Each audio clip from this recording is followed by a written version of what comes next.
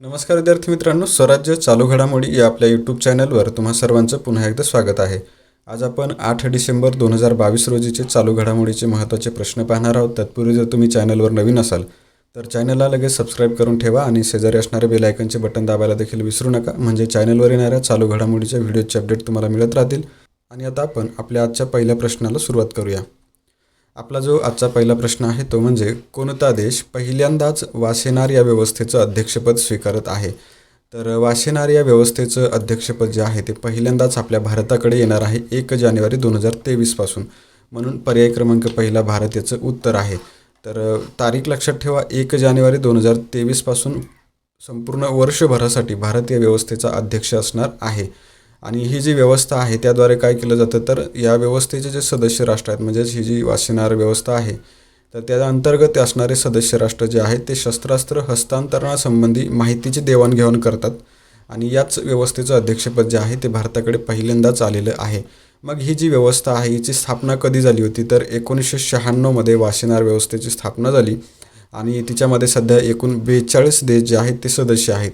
आणि त्यातला 42वा सदस्य आपला भारत देश आहे, हे लक्षात ठेवणार आहात. भारत कधीपासून याचा सदस्य झाला, तर 7 डिसेंबर 2017 पासून या व्यवस्थेचा भारत सदस्य आहे. आणि यानंतर आता आपण काय करूया, तर पुढचा प्रश्न पाहूया. प्रश्न आहे, अर्ली वॉर्निंग प्रोजेक्टच्या ताज्या मूल्यांकनानुसार कोणत्या देशानं सलग तिसऱ्यांदा सामूहिक हत्यांची नोंद करणाऱ्या देशांच्या यादीमध्ये पहिलं स्थान पटकावलं आहे. आता या ठिकाणी आपल्याला उत्तर लक्षात ठेवायचं आहे की सलग तिसऱ्यांदा सामूहिक हत्यांची नोंद करणाऱ्या देशांच्या यादीमध्ये पहिला देश जो आहे तो पाकिस्तान आलेला आहे.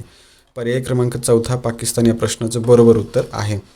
तर पाकिस्तान हा जो देश आहे तो अर्ली वॉर्निंग प्रोजेक्ट या संस्थेच्या ताज्या अहवालानुसार सलग तिसऱ्यांदा सामूहिक हत्यांची नोंद करणाऱ्या देशांच्या यादीत पहिल्या क्रमांकावर आलेला आहे. आता याबरोबर पर्यायामध्ये आपल्याला पर्यायातील इतर देश जे आहेत ते पाहायचे आहेत. तर भारत आहे. आता भारत कशासाठी चर्चेत राहिलेला आहे, तर ग्लोबल इनोव्हेशन इंडेक्स 2022मध्ये भारताचा क्रमांक 40वा राहिलेला आहे, हे लक्षात ठेवायचं आहे. आणि त्याचबरोबर स्वित्झर्लंड हा जो देश आहे तो ग्लोबल इनोव्हेशन इंडेक्स 2022मध्ये पहिल्या क्रमांकावरचा देश आहे. आणि फ्रान्स हा देश कशासाठी चर्चेत होता, तर 53व्या भारतीय आंतरराष्ट्रीय चित्रपट महोत्सवाचा लक्षवेधी देश हा फ्रान्स राहिलेला आहे. तर अशा प्रकारे हे देश देखील तुम्ही लक्षात ठेवणार आहात. यानंतर आपण पुढचा प्रश्न पाहूया. प्रश्न आहे, कोणत्या म्युच्युअल फंडानं भारतातील पहिला tax saver index fund launch केला आहे. आता भारतातला पहिला टॅक्स सेव्हर इंडेक्स फंड जो आहे तो लॉन्च करणारा म्युच्युअल फंड, त्याचं नाव लक्षात ठेवा, IIFL म्युच्युअल फंड. पर्याय क्रमांक तिसरा IIFL म्युच्युअल फंडानं हा भारतातला पहिला tax saver index fund launch केलेला आहे. आता याचबरोबर इतर म्युच्युअल फंडांची नावं आहेत, जसं की ICICI प्रुडेन्शियल म्युच्युअल फंड आहे. तर हा फंड जो आहे तो कशासाठी चर्चेत राहिला होता, तर भारतातील पहिला ॲटो इंडेक्स फंड सुरू करणारा जो म्युच्युअल फंड आहे तो म्हणजे ICICI प्रुडेन्शियल म्युच्युअल फंड. त्यानंतर HDFC कशासाठी चर्चेत राहिला होता, तर निफ्टी नेक्स्ट 50 ETF आणि निफ्टी 100 ETF हे 2 ETF सादर करणारा HDFC म्युच्युअल फंड या वर्षामध्ये चर्चेमध्ये आहे. तर ह्या सगळ्या गोष्टी तुम्ही म्युच्युअल फंडांच्या बाबतीमध्ये लक्षात ठेवणार आहात. आणि याबाबत आपण जास्त डीपमध्ये का जात नाही, तर कारण की यांच्यावरती ज्यावेळेस प्रश्न विचारला जातो डायरेक्टली यांचं नाव विचारलं जाईल, तुम्हाला डिटेल्स माहितीमध्ये याला प्रश्न येणार नाही. यानंतर आता आपण पुढचा प्रश्न पाहूया. प्रश्न आहे, ग्लोबल एव्हिएशन सेफ्टी रँकिंग 2022मध्ये 48व्या क्रमांकावर कोणता देश आहे ते आपल्याला सांगायचं आहे. आता ग्लोबल एव्हिएशन सेफ्टी रँकिंग 2022 नुकतीच प्रसिद्ध झालेली आहे आणि त्यामध्ये 48व्या क्रमांकावर आपला भारत आहे. पर्याय क्रमांक पहिला भारत याचं योग्य उत्तर आहे. आता 48व्या क्रमांकावर भारताबरोबर अजून एक देश आहे, त्या देशाचं नाव लक्षात ठेवा, जॉर्जिया हा जो देश आहे तो देखील भारतासोबत 48व्या क्रमांकावरती आहे. आणि या दोन्ही देशांचे गुण किती आहेत, तर 85.49% गुणासह हे दोघं 48व्या क्रमांकावर आहेत. कोण तर आपला भारत आणि जॉर्जिया. त्याचबरोबर ही जी क्रमवारी आहे त्यामध्ये एकूण किती देशांचा समावेश आहे असं जर आपल्याला विचारलं तर लक्षात ठेवायचं 187 देशांचा त्यामध्ये समावेश आहे. आणि ही क्रमवारी कोणी प्रसिद्ध केली, तर इंटरनॅशनल सिव्हिल एव्हिएशन ऑर्गनायझेशन या संस्थेकडून ही क्रमवारी प्रसिद्ध करण्यात आलेली आहे. आणि हिच्यामध्ये भारताचा क्रमांक पहिला आपण 48वा आलेला आहे. आणि त्याचबरोबर भारत 4 वर्षांपूर्वी या क्रमवारीमध्ये 102व्या क्रमांकावर होता, म्हणजे भारताची प्रगती जी आहे ती चांगल्या प्रकारे झालेली आहे.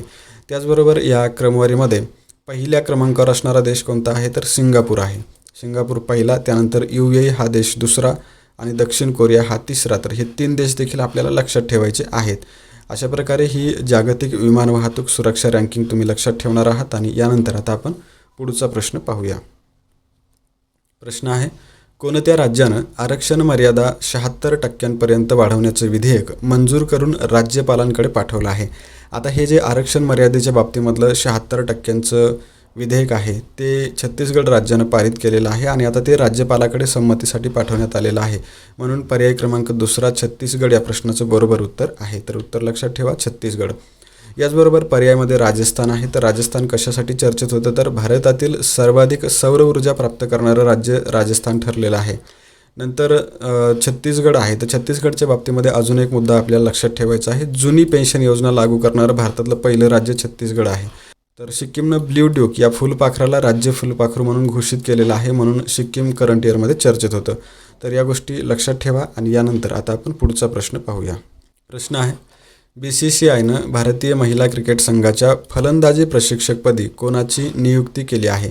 आता भारतीय महिला क्रिकेट संघाच्या फलंदाजी प्रशिक्षकपदी नियुक्ती झालेली आहे ऋषिकेश कानिटकर यांची. म्हणून पर्याय क्रमांक 2 ऋषिकेश कानिटकर या प्रश्नाचं बरोबर उत्तर आहे.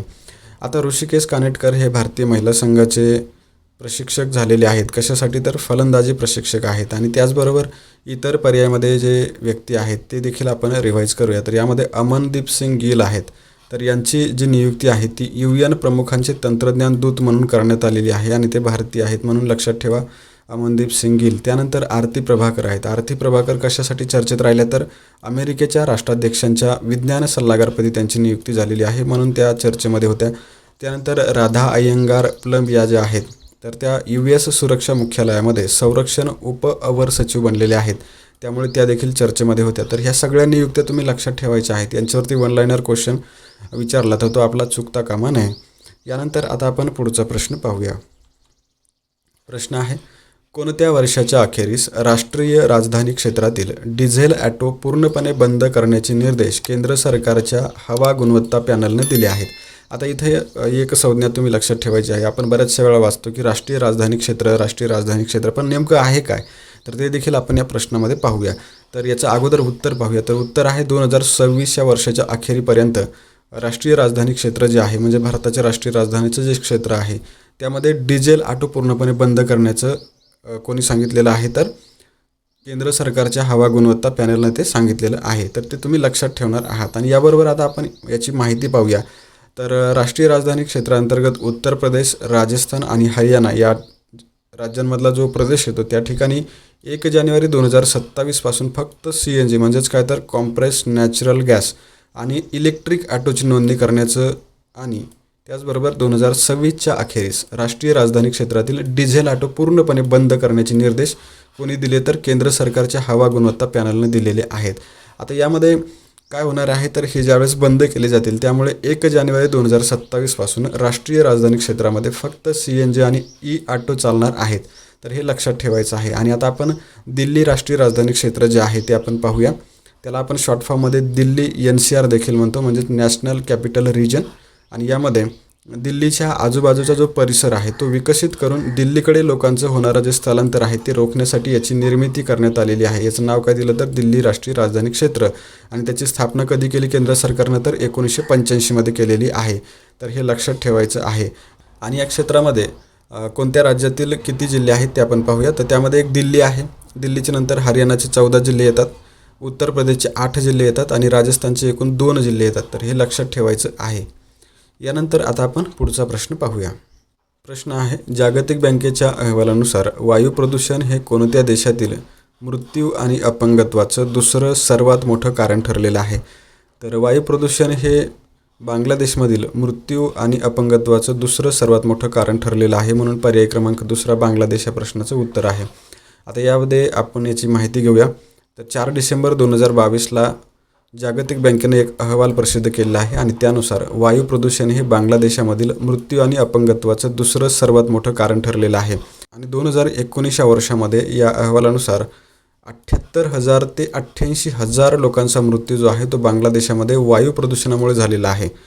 आणि त्याचबरोबर या अहवालामध्ये महत्त्वाचा पॉईंट निर्देशित करण्यात आलेला आहे, तो म्हणजे 2018 ते 2021 दरम्यान दरवर्षी बांगलादेश जगातील सर्वात प्रदूषित देश राहिलेला आहे आणि ढाका हे जे शहर आहे ते जगातलं दुसऱ्या क्रमांकाचं सर्वाधिक प्रदूषित शहर या 3 वर्षामध्ये ठरलेलं आहे, जे की जागतिक बँकेच्या नुकत्याच प्रसिद्ध झालेल्या अहवालानुसार सांगण्यात आलेलं आहे.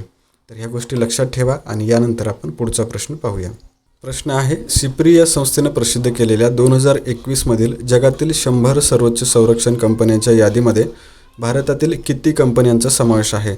तर यामध्ये भारतातल्या 2 कंपन्यांचा समावेश आहे, म्हणून पर्याय क्रमांक दुसरा 2 या प्रश्नाचं योग्य उत्तर आहे. मग त्या 2 कंपन्या कोणकोणत्या आहेत? तर त्यामध्ये हिंदुस्तान एरोनॉटिक्स लिमिटेड जे की 42व्या क्रमांकावर आहे आणि भारत इलेक्ट्रॉनिक्स लिमिटेड ही 63व्या क्रमांकावर आहे. कशामध्ये? तर सिप्रीनं प्रसिद्ध केलेल्या जगातल्या 100 सर्वोच्च संरक्षण कंपन्यांच्या यादीमध्ये. आणि ही यादी कोणत्या वर्षासाठी प्रसिद्ध केली? तर 2021 या वर्षासाठी ही यादी प्रसिद्ध करण्यात आलेली आहे.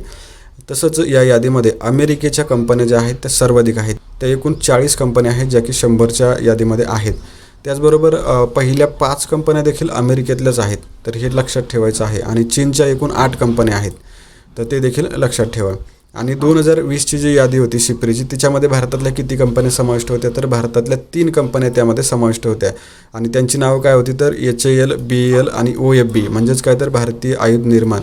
तर या कंपन्या ज्या होत्या त्या 2020च्या यादीमध्ये होत्या, ज्या की 3 होत्या. आणि आता 2021च्या यादीमध्ये 2च आहेत, हिंदुस्तान एरोनॉटिक्स लिमिटेड आणि भारत इलेक्ट्रॉनिक्स लिमिटेड.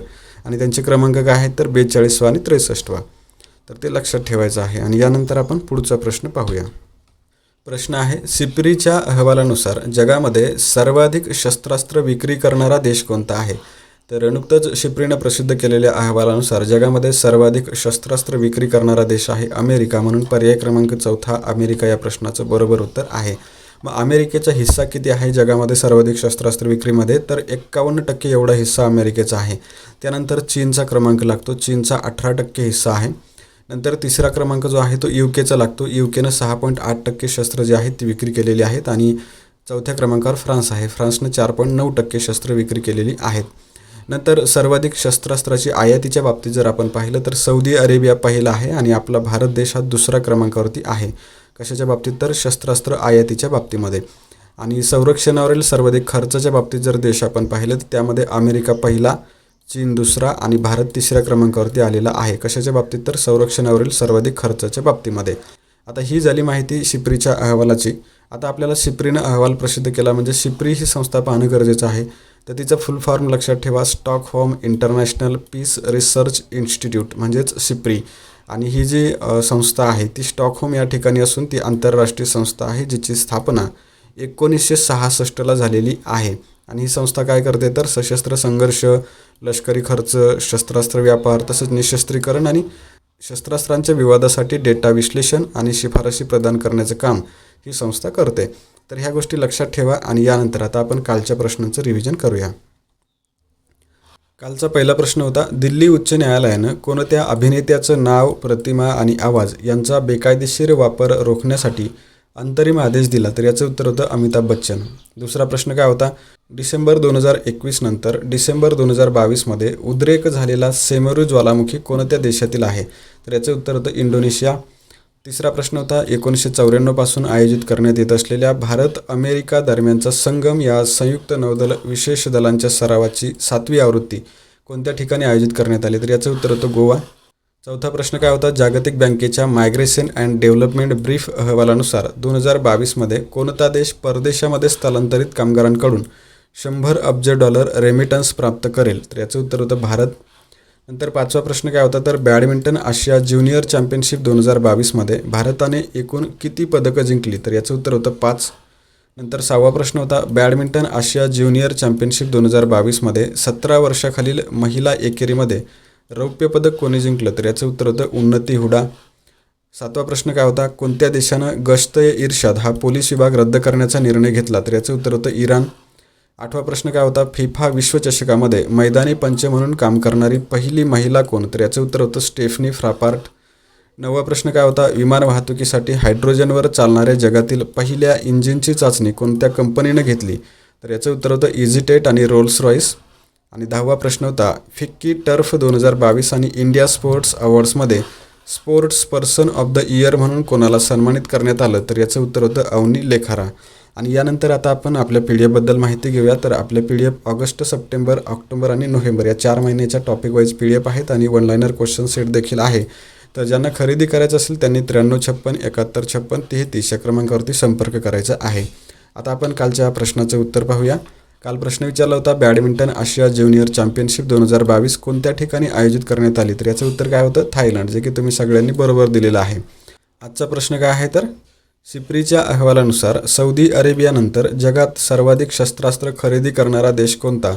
तर यासाठी पर्याय आहेत अमेरिका, भारत, सौदी अरेबिया आणि चीन. तर यातलं जे योग्य उत्तर असेल ते तुम्ही कमेंट बॉक्समध्ये सांगणार आहात. आणि व्हिडिओ जर आवडला असेल तर व्हिडिओला लाईक, शेअर आणि नवीन असेल तर सबस्क्राईब करायला विसरू नका. आणि आपण भेटूया अशाच एका नवीन व्हिडिओमध्ये. तोपर्यंत जय हिंद, जय महाराष्ट्र.